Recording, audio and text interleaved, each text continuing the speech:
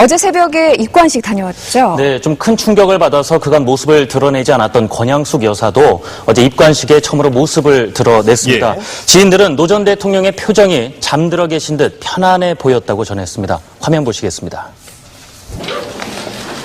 어제 새벽 고 노무현 전 대통령의 입관식이 있었습니다.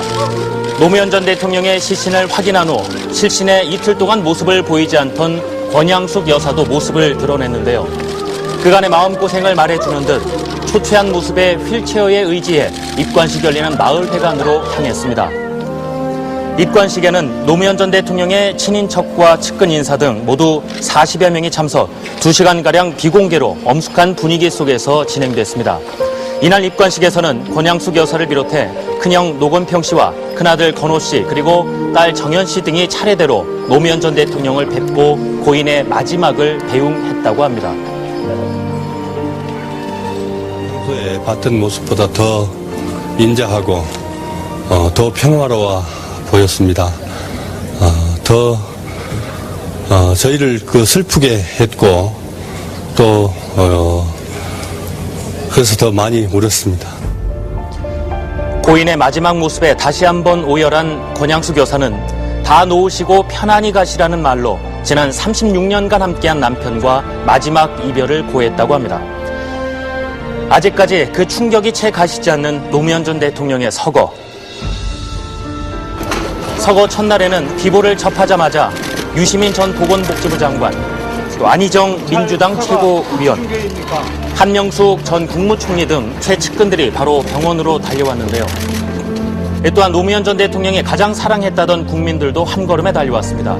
웃고 살자고 했던 국민들이 이날만은 울고 있었습니다. 괜찮아지시면 그때 가봐야지. 이제 또 한 번도 이제 볼 수 없으니까. 그리고 이날 저녁 5시 30분경 노무현 전 대통령의 시신이 병원 영안실을 나와 고향인 봉하마을로 향했습니다. 그 시각 이미 비보를 접한 마을 주민들은 노 전 대통령의 장례를 준비하고 있었습니다. 시신이 도착하기 전부터 이미 마을 전체가 장례식장이었습니다. 곳곳에서 고인을 예도하는 사람들이 눈에 띄었는데요. 전직 대통령이 스스로 자살해서 목숨을 갖다 서거하실 줄 일반 국민들이 누가 생각하겠습니까? 너무 심하게 하신 것 같아갖고 떨려갖고 너무 억울해요 진짜. 노 전 대통령의 시신이 마을로 운구됐을 때는 이런 애도의 분위기가 절정에 달했습니다. 이후 마을 입구에 분향소가 차려졌습니다. 노무현 대통령님 사랑합니다. 그렇게 웃지 마세요. 가슴 아픕니다. 나라와 국민을 계속 보살펴 주십시오. 사랑합니다. 이후 어제까지 전국 각지에서 몰려든 조문객만 40만 명에 이르고 있습니다. 첫째 날과 둘째 날에는 유시민, 이용섭 의원 등 평소 고인과 뜻을 같이 했던 측근들이 상주로 조문객들을 맞았습니다. 대통령님을 지켜드리지 못해서 정말로 죄송합니다. 그리고 또 억울하기까지 합니다. 죄송합니다. 그 마음 뿐입니다. 이런 가운데 고인의 지지자들 중 일부는 언론의 보도 행태에 강한 불만을 표시하며 마찰을 빚기도 했습니다.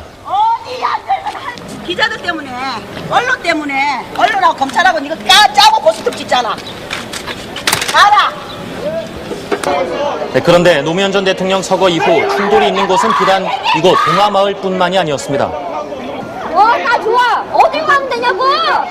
출마하러 왔는데 다 막고 있어가지고 계속 서 있어요. 경찰 측이 노 전 대통령 서거 당일 서울 덕수궁 대안문 앞에 차려진 임시 분향소를 찾은 시민들을 통제했기 때문인데요. 조용히 고인을 추모하기 위해 이곳을 찾았던 시민들, 뜻밖의 상황에 당황해했습니다. 경찰들이 저기에서 무전기 내용에서 흘러나오는 내용을 들으니까 시위대라고 표현을 하더라고요. 저희가 시위대입니까? 시위대 아니라고요. 추모하러 왔는데 무엇이 들어와서 막는지 모르겠어요. 그리고 지금 이거 분향소 아까 천막을 쳤는데 천막 치는 것도 뺏어갔어요. 경찰은 추모객들이 불법 시위대로 변질될 것을 우려 덕수궁 앞 분향소 주변을 여전히 경찰버스로 막아두고 있는데요. 정부의 공식적인 분향소가 마련된 이후에도 시민들이 자발적으로 마련한 이곳 분향소에도 추모의 발길은 계속 이어지고 있습니다.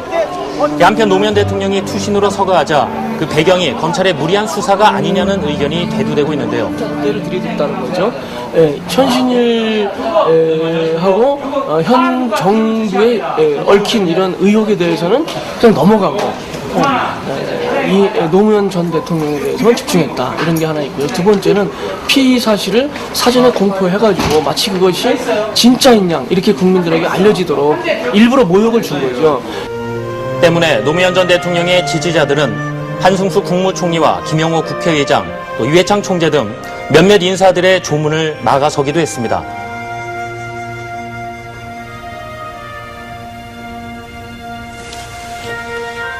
일단 노무현 전직 대통령의 서거는 현 이명박 정부에 대한 국민적 저항이 좀 표면적으로 드러날 가능성이 굉장히 크고요. 여야 간의 정치적인 여러 가지 경쟁 관계가 새로운 정치 지형으로 나타날 수 있는 가능성이 굉장히 크다고 봅니다. 노무현 전 대통령 서거 이후 국민적인 원망과 슬픔은 커지고 있습니다. 민심을 통제하기보다는 화합의 길로 가는 방법을 찾는 것이 가장 시급해 보입니다. 예, 분양 과정에서 저런 사소한 마찰마저도 사실 고인 가시는 길에는 도움이 안 되는 일인데 말이죠. 예. 예, 그러게요.